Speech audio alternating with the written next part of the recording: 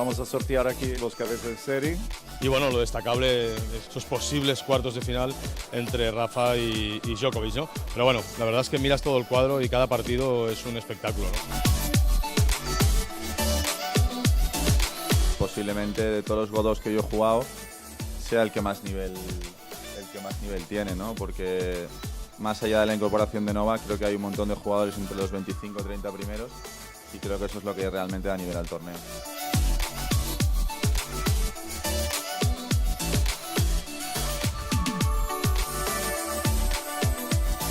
Los aficionados, cuando vengan a las instalaciones del Tenis Barcelona, pues van a ver un espectáculo realmente increíble.